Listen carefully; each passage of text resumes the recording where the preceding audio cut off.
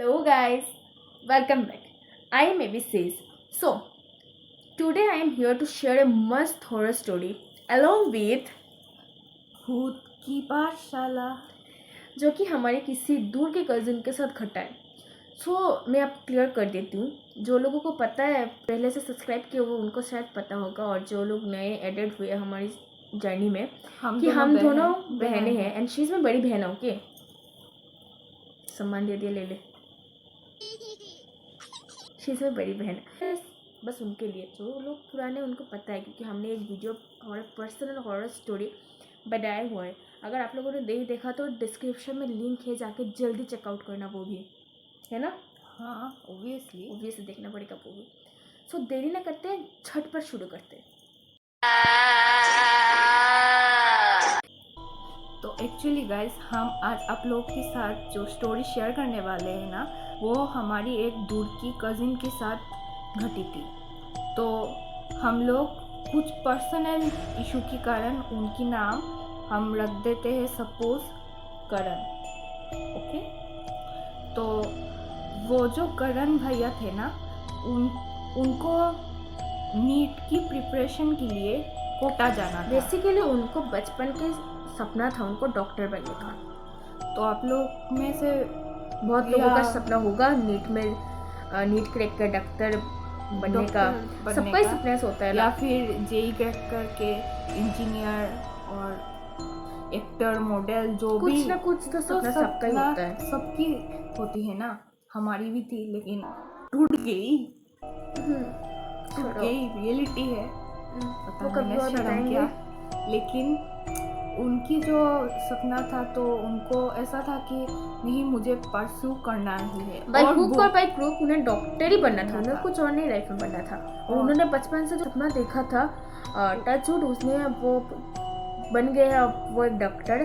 But उस journey में उनको बहुत कुछ सहना पड़ा, और कुछ पैरानॉर्मल एक्टिविटीज भी, जो आज हम बताने वाले हैं आपको।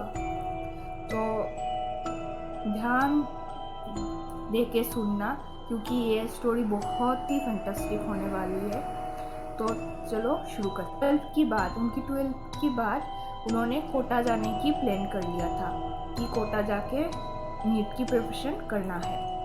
तो आप लोगों में से बहुत लोगों को ही पता होगा कि नीट की प्रिपरेशन करने के लिए बहुत लोग कोटा जाते हैं, और कोटा जाने के लिए आपको पीजी इंस्टीट्यूशन जिसमें आप कोचिंग लेते हैं, उसको बुक करना होता है बहुत महीने पहले ही। तो और हॉस्टल भी लेना पड़ता है, क्योंकि ऑल ओवर इंडिया से वहाँ पर बच्चे आते हैं अपना ड्रीम परस्यू करने के लिए। तो बहुत ज़्यादा क्राउडेड प्लेस है, तो स्टूडेंट ही स्टूडेंट है, तो जो खाली प्लेस नहीं मिलता है। होटल पीजी मतलब खचाखच भर जाता है, जगह पर भरा हुआ था। सबके बहुत महीने पहले ही रूम बुक कर लेना होता है। तो ऐसे ही करण भैया ने भी रूम बुक कर लिया था और इंस्टीट्यूट भी बुक कर लिया था। और जाने के एक हफ्ते पहले ना उनके पापा की हेल्थ थोड़ी सी डिटोरेट हो गई थी। मतलब उनको थोड़ी कोल्ड फीवर ऐसा था, ज़्यादा कुछ नहीं था। बट उनके जाने से 2 या 3 दिन पहले उनको हार्ट अटैक आ गया था। क्योंकि फाइनेंशियल क्राइसिस भी फैमिली में चल रहा था, और बच्चे को बाहर दूर जाके पढ़ाना है, ऑब्वियसली बहुत ज़्यादा टेंशन होता है। हॉस्पिटल की बिल, मेडिसिन वगैरह, और बच्चे को इतना दूर भेजने की जो है ना, मेंटल हेल्थ की भी बहुत डिटोरेशन हो रही थी।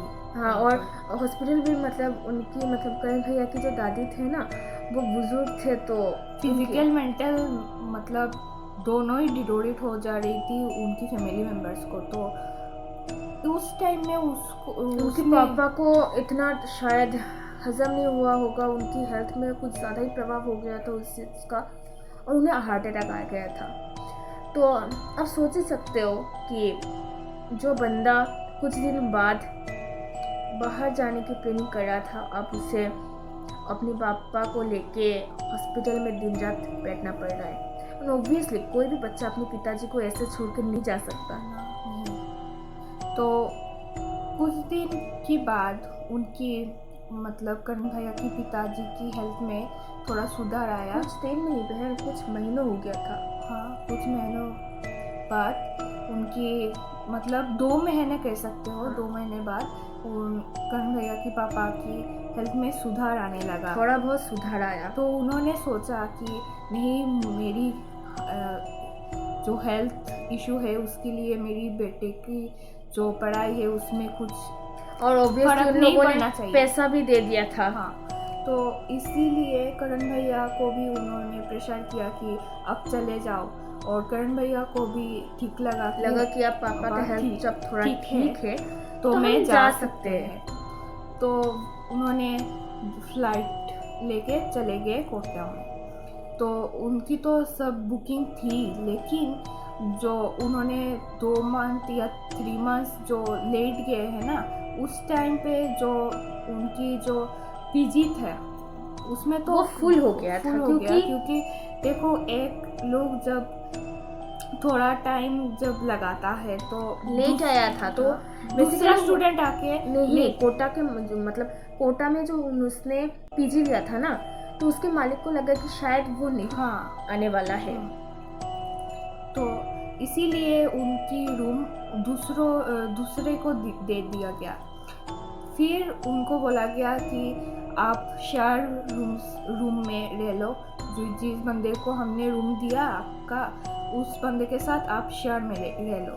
तो करण भैया की एक बहुत ही बैड हैबिट है कि आप बैड हैबिट कह सकते हो या फिर गुड हैबिट, ये आपके ऊपर है। बहुत लोगों को होता है ना कि उन्हें अकेले रहना पसंद है, पढ़ाई भी वो अकेले करना पसंद करते थे। तो उन्होंने मतलब वो चाइल्डहुड से ही अकेला रहना। करण भैया के पास ना अपनी रूम शेयर करने के लिए लाइफ में कोई था भी नहीं। वो बचपन में वो अपने माँ बाप के इकलौते संतान थे, तो वो अकेले बड़े हुए और किसी के साथ उनको प्राइवेसी पूरा मिला। उनको किसी के साथ ना रूम शेयर करना पड़ता था, ना पढ़ाई में किसी की इंटरफेरेंस, कुछ नहीं। और वो जो थे ना करण भैया, उनको रात में जाग के पढ़ना पसंद होता है। कुछ लोगों की आदत होती है ना, कुछ लोग सुबह में जाके पढ़ते हैं, कुछ लोग रात में जाग के पसंद करते हैं, अपना अपना चॉइस होता है। लेकिन उस टाइम में करण भैया ने मान भी लिया था कि हाँ, मैं शेयर कर लूँगा। हाँ बहन, क्योंकि उनके पास कोई चॉइस नहीं था ना, तब कर लूँगा। लेकिन उनका जो टीममेट था ना, मतलब रूममेट था, तो वो ना बहुत सुबह उठ के पढ़ता था, लेकिन उनको आदत था कि बहुत लेट जाग के पढ़ना। तो मतलब ऐसा सिचुएशन हो गया था ना कि करण भैया सिर्फ पढ़ाई खत्म करके सोते थे और वो जो बंदा था वो जोर जोर से पढ़ता था। तो ऐसे में करण भैया अपनी नींद भी पूरी नहीं कर सकते थे। और अब सोच लो, एक बंदा जो नीट का प्रिपरेशन कर रहे है, उसकी नींद तो ऑब्वियसली थोड़ी ज़रूरत है। उसके लिए क्या, हर एक बंदे के लिए अपनी नींद पूरा करना ज़रूरी होता है। तो उस टाइम पे उन्हें लगा कि नहीं, मेरी तो पढ़ाई भी नहीं हो रही है, मेरी ठीक से मतलब सोना भी नहीं हो रहा है, सोना भी पूरा नहीं हो रहा है। तो इसलिए उन्होंने, और एक्चुअली उनकी कुछ दिनों बाद ही उनकी मॉक टेस्ट होने वाला था, तो इसलिए उन्होंने उनकी जो पीजी था उसकी सुपरवाइज़र से बात किया, रिक्वेस्ट किया। हाँ, तो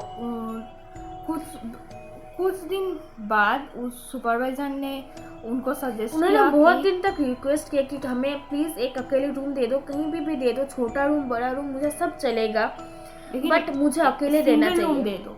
हाँ, क्योंकि वो स्टडी में भी फोकस नहीं कर पा रहे, थोड़ा प्राइवेसी इशू भी उन्हें था।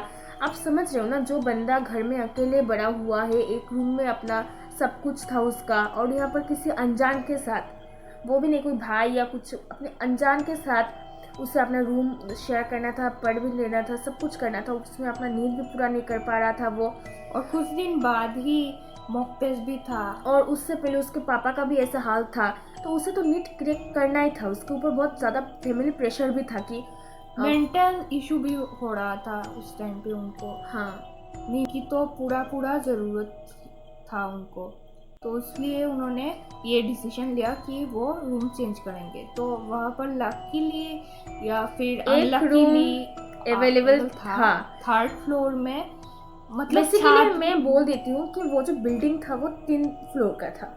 सो 1st फ्लोर में पूरा रूम थे, ग्राउंड फ्लोर में भी ऐसे थे, सेकंड फ्लोर में भी ऐसा था, और थर्ड फ्लोर में सिर्फ एक रूम था, ज़्यादा बड़ा भी नहीं था। स्टोरेज रूम था। और उसके साथ ही मतलब उसका छत था, सीढ़ी से ऊपर उठ के एक रूम और उसके साथ एक छत और कुछ नहीं। तो उस सुपरवाइजर ने उन्हें इस रूम में रहने के लिए सजेस्ट किया और वो भी मान गए। उस टाइम पे उन्हें सही लगा कि हाँ मुझे एक रूम मिल रहा स्टोर है, रूम है, और मिल तो रहा है ना। हाँ, उस सुपरवाइजर ने बोला कि मैं उस रूम को साफ सफाई करवा दूंगा। तो उन्हें और भी अच्छा लगा कि मुझे साफ सफाई भी नहीं करना पड़ेगा, मैं बना बनाया हुआ रूम में चला जाऊंगा। तो उस टाइम में वो उनकी जो सामान थी ना उस रूम में, एक ही बात थी कि उस रूम की सामान को सुपरवाइजर ने बोला कि हाथ मत लगाना। और वो चीज़ ना करण भैया को थोड़ा और लगा कि ऐसे चीज़ जो फेंका हुआ चीज़ है वो मतलब क्यों ही रखना।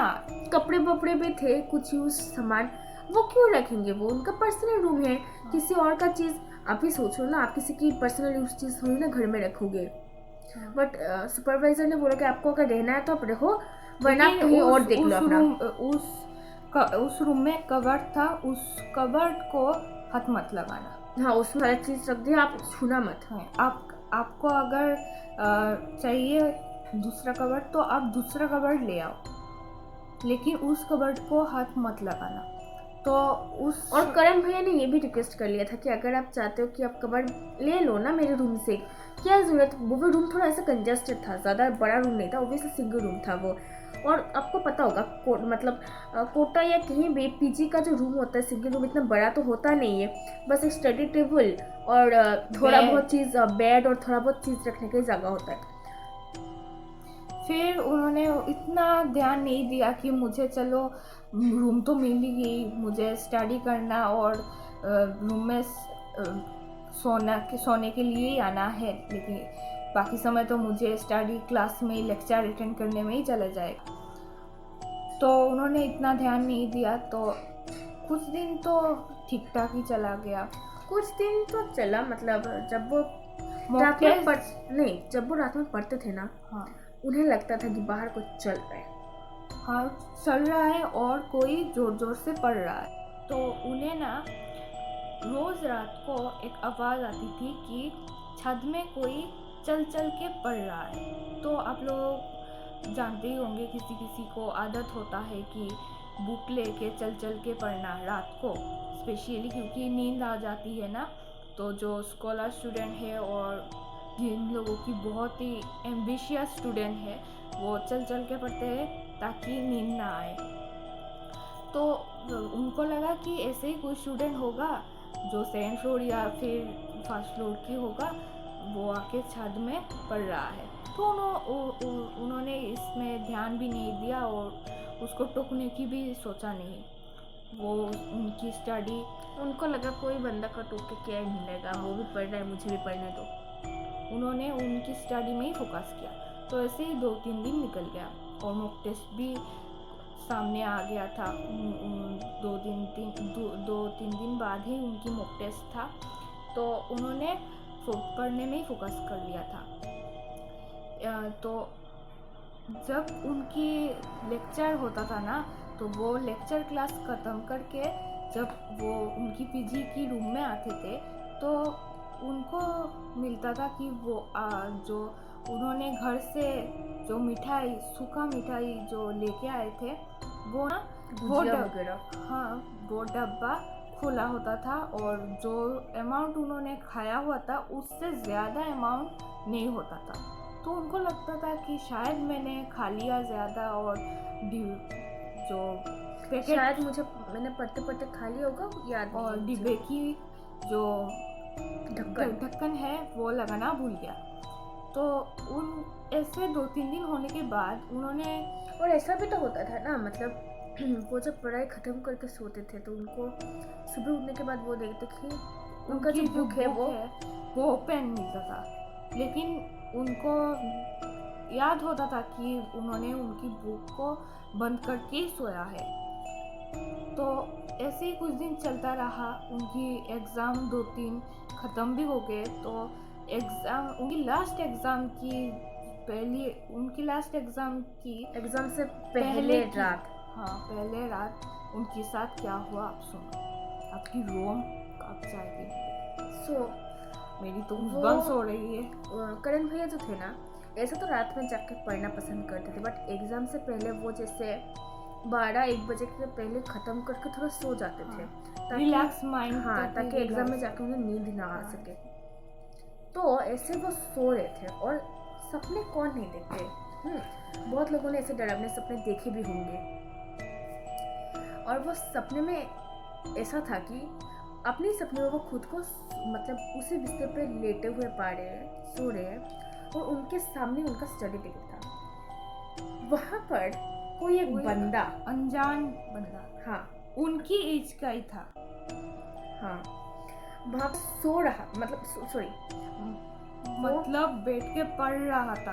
आई एम सॉरी गाइस, मुझे बहुत डर लग रहा है। मैं जब मतलब सोचती हूँ ना, मुझे ऐसे गूज़बम्स आते हैं। करण भाई ने जब खुद बताया था ना, मैं जब इमेजिन करती हूँ ना ऐसा हो रहा है इस इवेंट, तो मुझे एक पल के लिए मुझे लगता है मेरी हार्ट बीट तेज हो रही है। अगर हमारे साथ ऐसा कुछ घटता तो मैं शायद तो मैं जिंदा नहीं रहती भाई। जाती। टपक नहीं जाती यार। हाँ, मुझे इतना हिम्मत नहीं होता है। करण भैया का तो हेल्थ मतलब, और क्या बताऊँ, उसके बाद ना करण भैया को इन सारी चीज़ों पर कुछ ज़्यादा ही भरोसा हो गया था, और इतना हेल्थ डिटोरेट हुआ था ना, आप लोगों को पता भी नहीं। भरोसा था, लेकिन इतना भी नहीं, 100% भरोसा नहीं था। उनको 5% या 10% भरोसा था, लेकिन 100% नहीं था। बिकॉज आप जानते ही हो, जो साइंस के स्टूडेंट होते हैं वो थोड़ा कम बिलीव करते। तो क्या